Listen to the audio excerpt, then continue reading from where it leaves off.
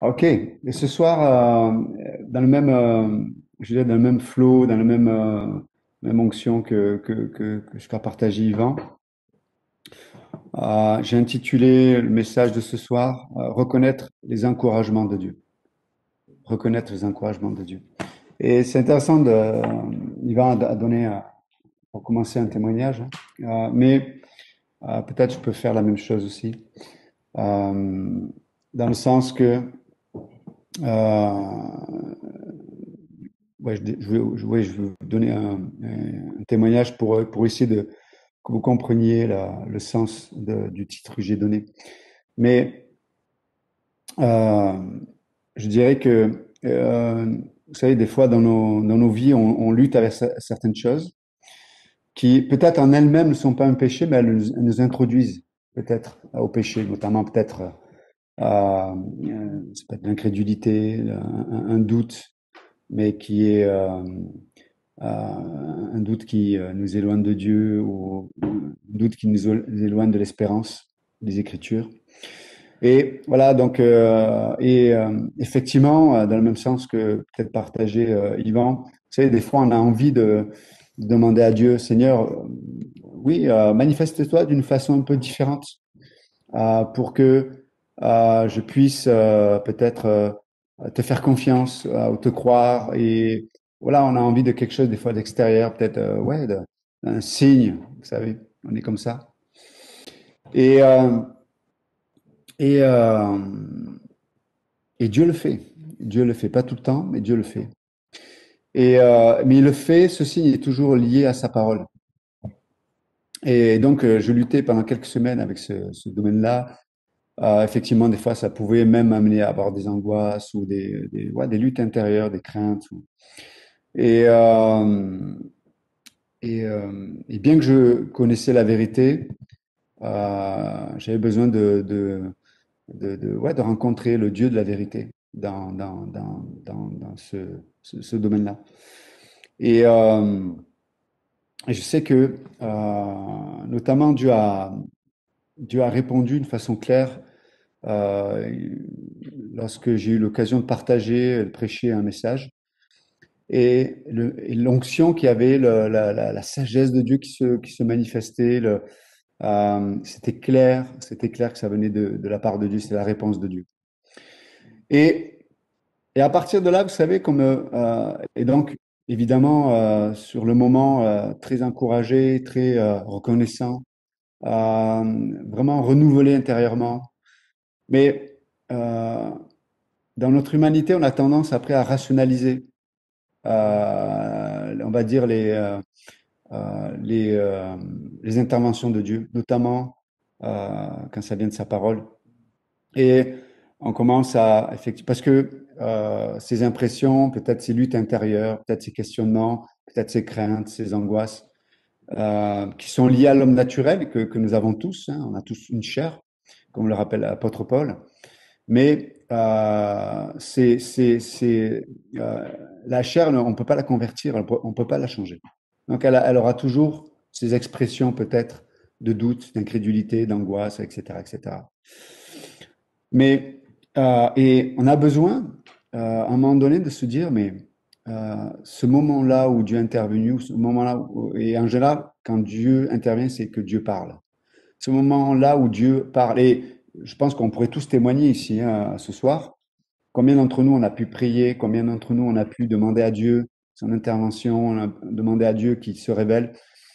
Et je dirais, on pourrait tous écrire un témoignage en disant que le même domaine peut-être que l'on priait, ouais, on s'adresse à Dieu dans cette sphère-là, Dieu, souvent par le pupitre ou par la communion, par une étude, est venu euh, parler de ce domaine-là par la parole. Et, mais encore une fois, on a besoin d'être des croyants qui aussi savent marquer ces moments-là, les moments où Dieu nous a encouragés par l'Écriture.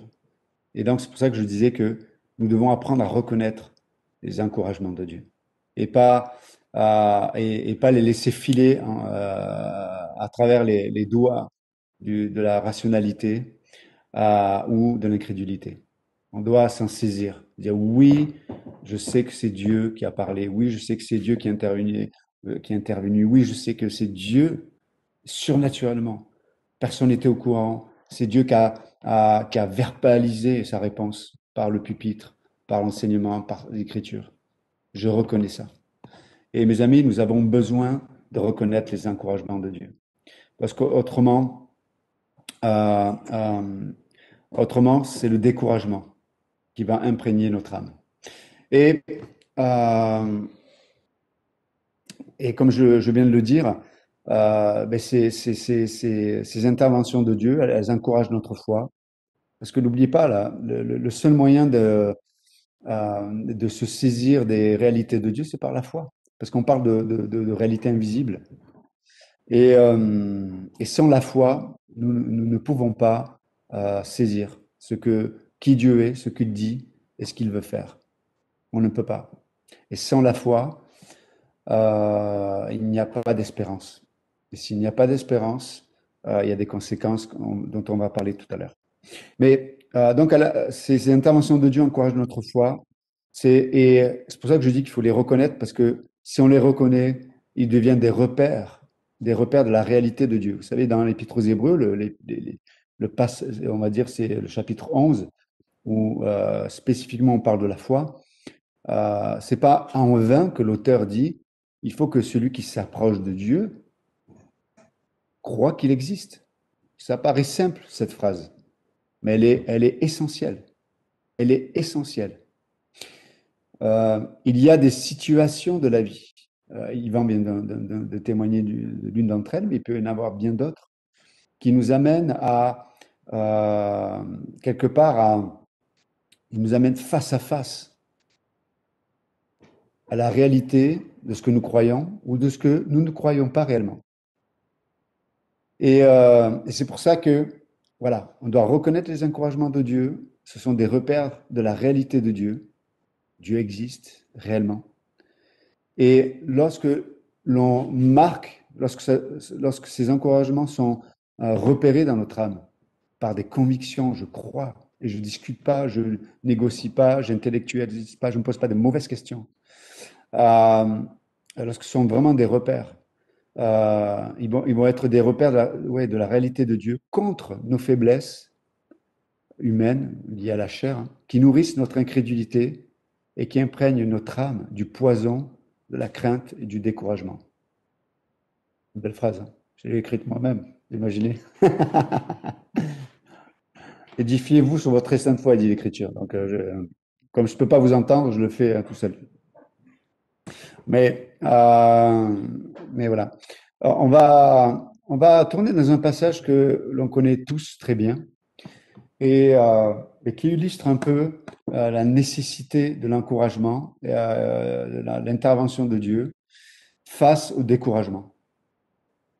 Euh, on m'a parlé de 1 Samuel chapitre 17, le fameux passage où David va être envoyé par son père pour aller amener de la nourriture à ses frères qui sont sur le champ de bataille avec le roi Saül. Et c'est le fameux passage où on voit l'histoire de Goliath. Mais n'oubliez pas que euh, le contexte des Israélites vis-à-vis des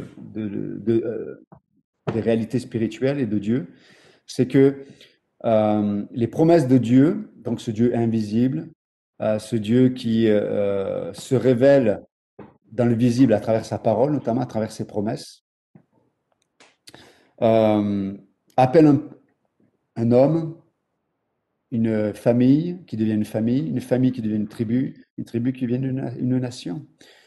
Et c'est pas simplement des promesses à une nation, c'est des promesses pour une nation concernant un territoire. Donc, quelque chose qui est matérialisé, c'est un pays. Et donc, on comprend que les réalités immatérielles vont prendre l'aspect du coup du matériel. Et donc, lorsqu'il y a des batailles en Israël, bien sûr qu'elles sont historiques, ça veut dire que réellement, il y a eu le roi David, il a existé, réellement, il y a eu le peuple d'Israël qui a existé, réellement, il y a eu des Philistins qui ont existé, réellement, historiquement, il y a eu un Goliath qui a existé, l'Écriture nous le dit. Donc c'est un événement qui fait partie de l'histoire notamment humaine et de l'histoire biblique. Mais on peut en retirer des principes spirituels importants parce que, comme je viens de le dire, il n'y a pas de séparation entre les réalités spirituelles et les réalités matérielles, notamment concernant l'intervention de Dieu pour le peuple d'Israël.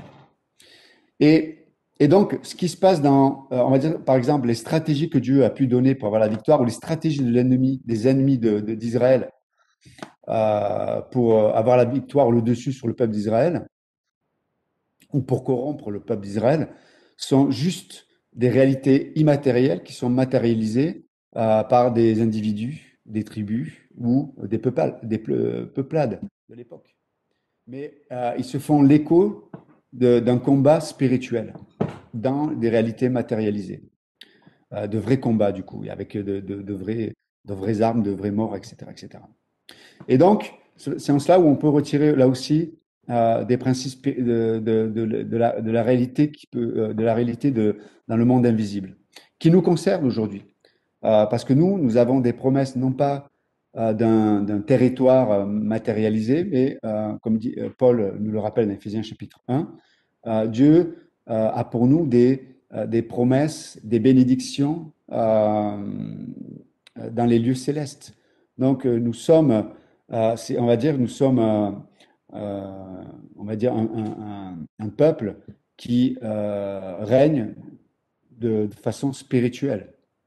Et c'est pour ça que nous ne sommes pas d'accord avec la théologie de l'Église catholique, hein, qui croit au règne matérialisé, physique de l'Église. Donc, ce n'est pas notre position théologique.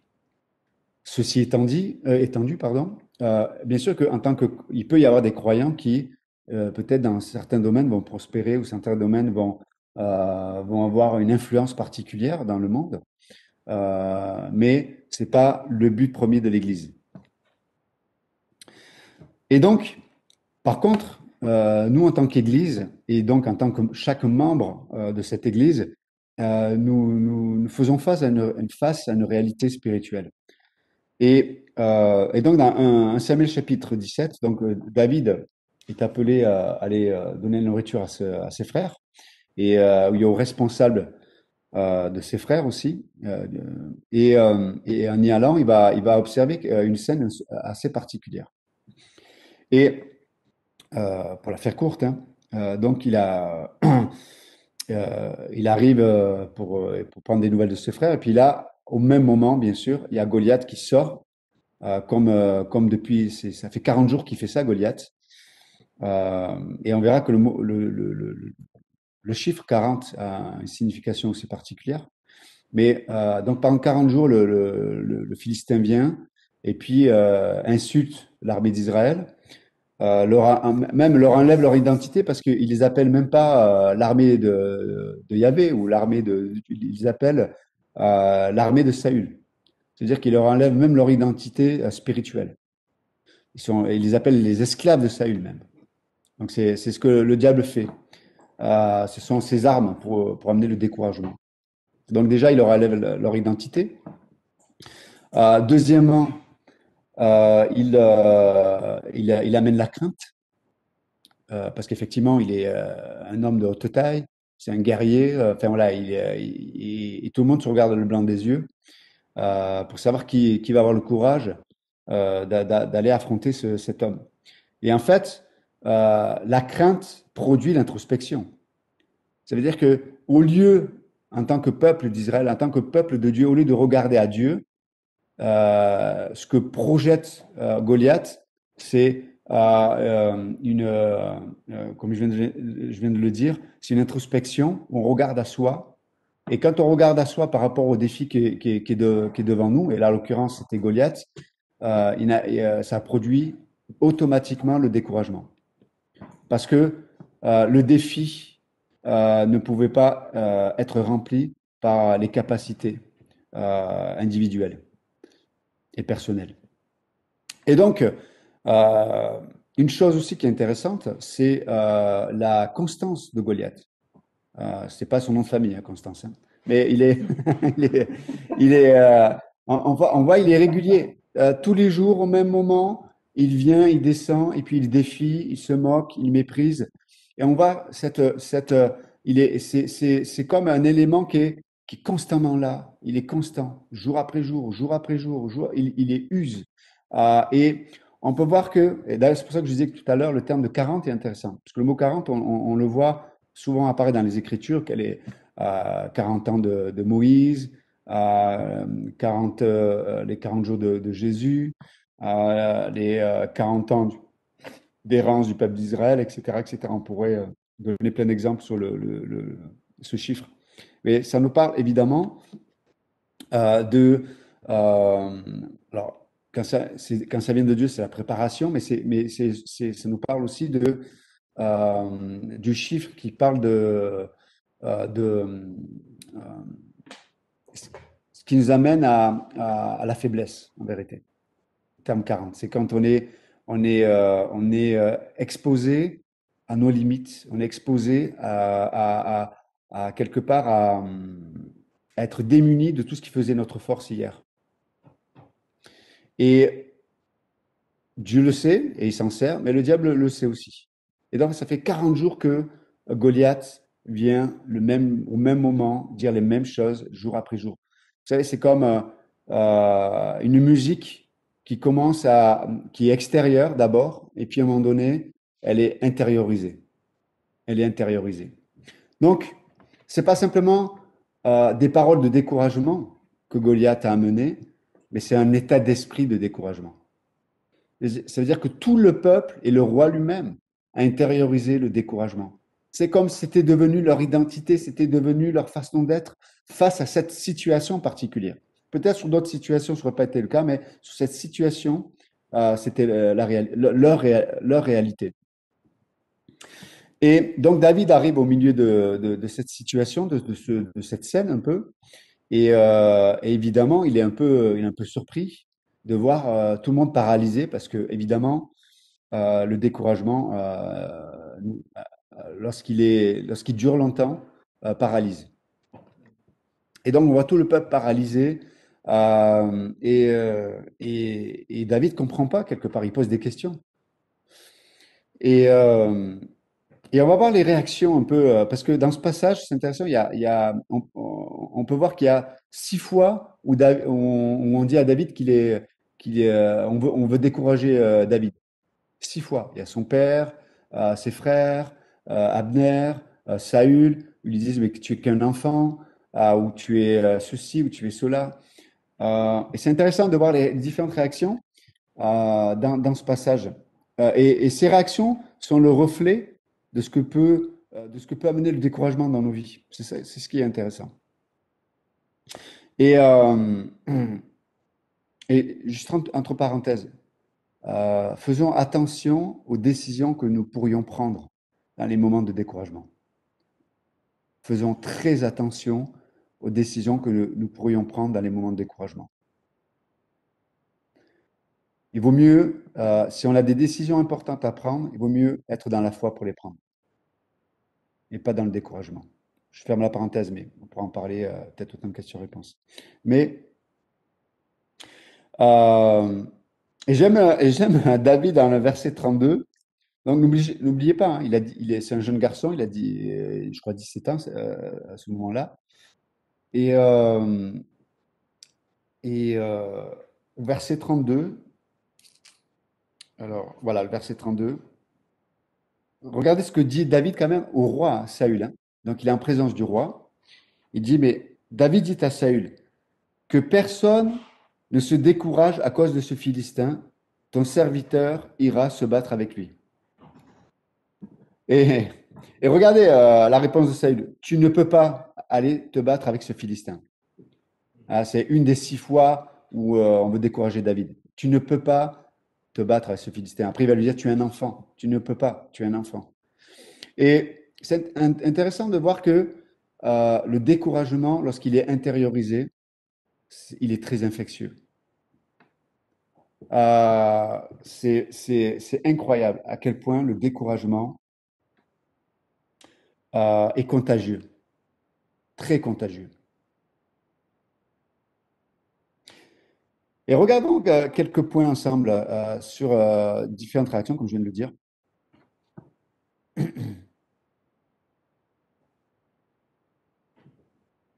Donc, une des premières réactions que l'on peut voir, c'est euh, l'un des frères de David. Je crois que c'est au verset 6, si je ne m'abuse. Non, c'est pas au verset 6. Euh, ouais, une réaction de ses frères. J'ai effacé le chiffre, donc je ne sais plus lequel c'est. En tout cas, quand il arrive devant l'un de ses frères, l'un de ses frères se met en colère et puis il commence à... Ah oui, le verset 28.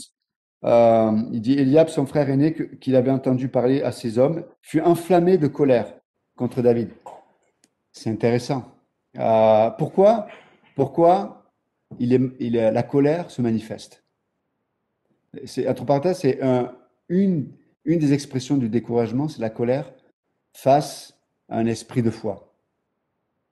Face à l'esprit de foi, lorsqu'on a intériorisé le découragement, souvent la colère se manifeste. Mais il y a des éléments avant la colère qui ne sont pas nommés, mais qui sont induits.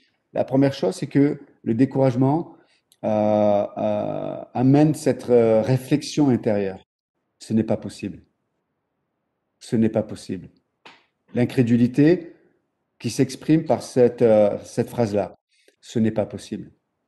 Ce n'est pas possible de vaincre Goliath. Ce n'est pas possible d'avoir la victoire. Ce n'est pas possible de faire ceci. Ce n'est pas possible de croire Dieu. Ce n'est pas possible que le ciel existe. Ce n'est pas possible qu'il y ait une résurrection. Ce n'est pas possible que Dieu puisse intervenir. Ce n'est pas possible. Et on pourrait multiplier à l'envi ce n'est pas possible. Et je pense que chacun d'entre nous ce soir, on pourrait écrire sur un papier ce n'est pas possible si le découragement nous a atteints. Et on pourrait être plus personnel dans ce n'est pas possible. Mais dans ce n'est pas possible, dans cette donc, expression de l'incrédulité, il y a la frustration qui suit toujours. Ce n'est pas possible, et donc ça produit la frustration. Et c'est cette frustration qui amène à la colère. C'est la frustration qui amène à la colère.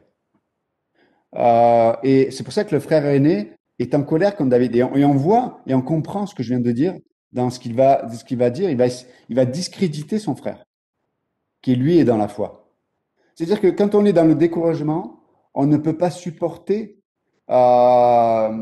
déjà quelqu'un qui est dans la foi, mais on ne peut pas supporter la vision de la foi.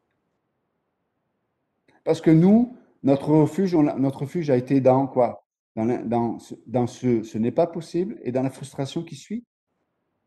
Et ce n'est pas possible et cette frustration qui suit nous donne une image de Dieu aussi, inconsciente. Et donc, le frère aîné est en colère. Donc, regarde, vous avez vu le processus. Il y a le découragement qui est verbalisé par l'ennemi. Ça peut être une pensée, une émotion, une angoisse, une crainte, mais qui va, vous savez, c'est comme qui nous suit, quoi. Ça nous suit. Vous savez, des fois, on pense que, vous vous souvenez, je vous avais déjà donné cette illustration que Pasteur Steven nous avait donnée.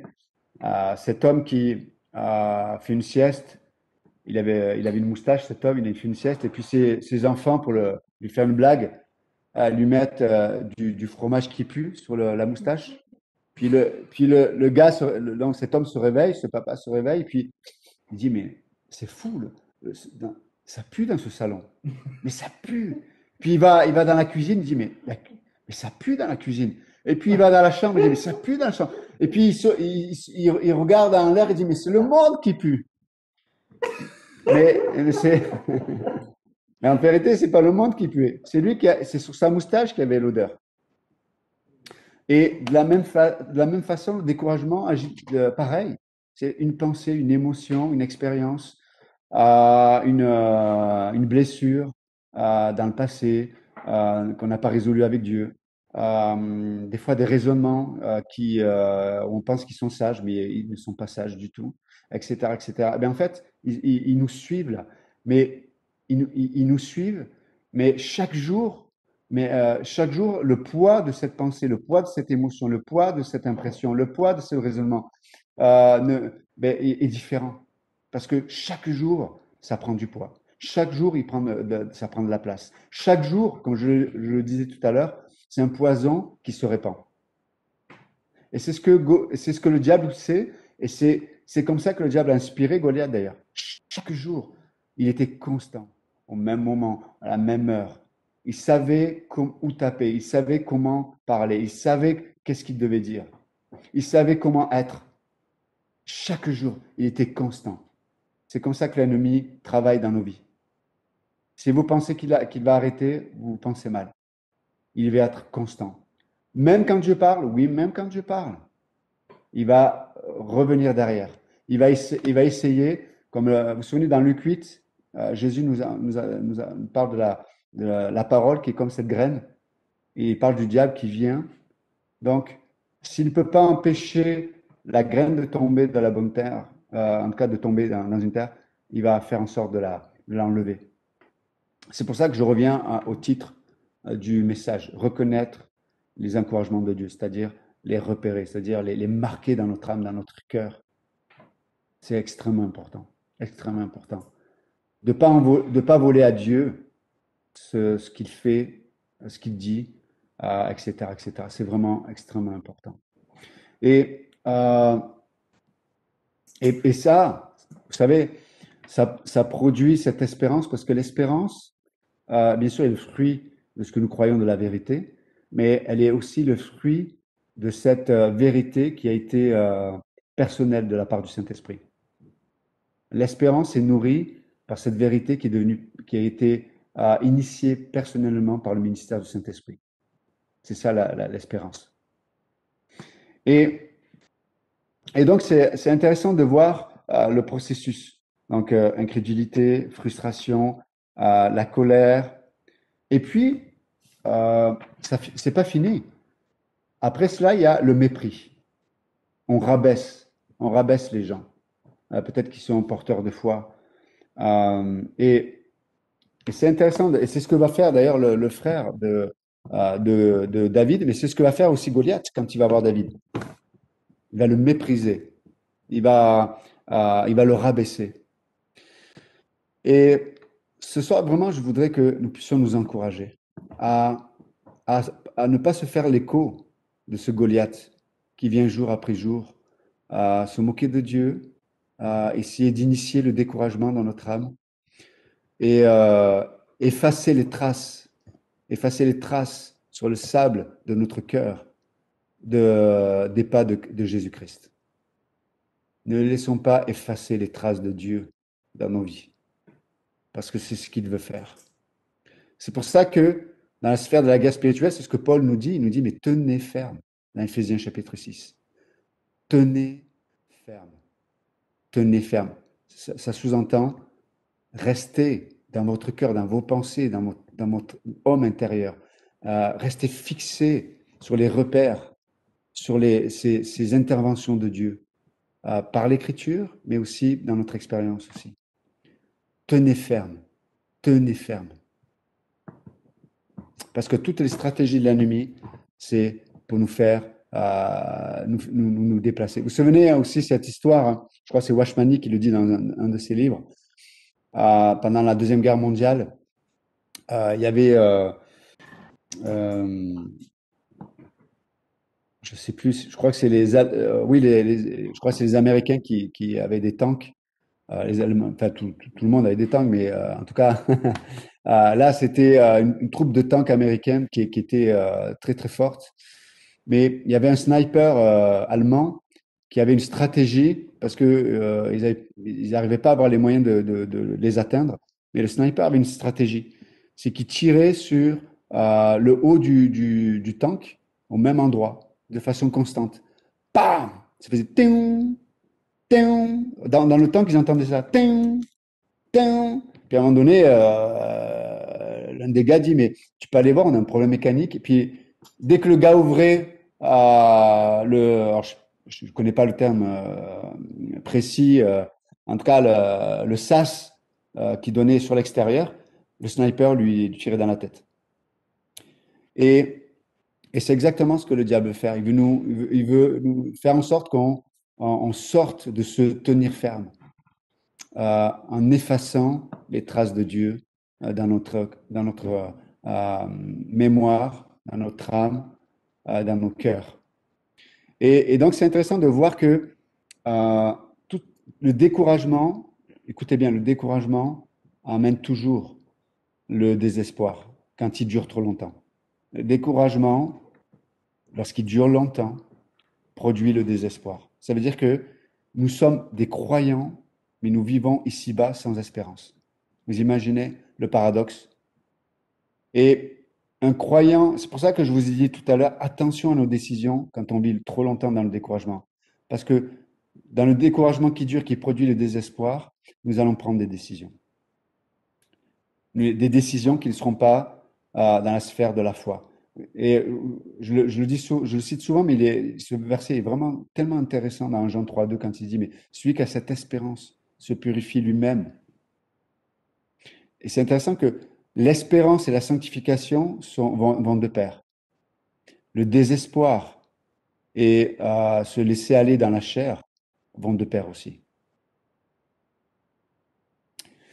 Et donc, c'est vraiment important, mes amis, ce soir, de s'encourager dans ce que, enfin, en tout cas, c'est le but du message ce soir, c'est de reconnaître dans nos vies les encouragements de Dieu.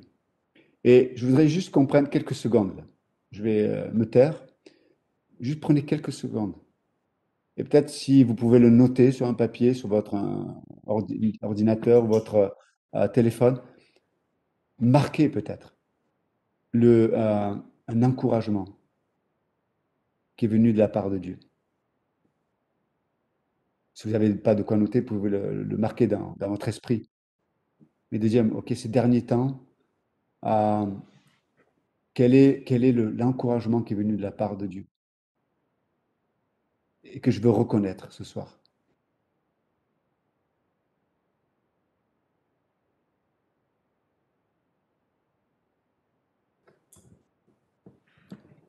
Si nous n'apprenons pas à reconnaître les interventions de Dieu surnaturelles, notamment à travers sa parole, nous allons nous habituer à cette provision qui vient du ciel, comme le peuple d'Israël avait la manne.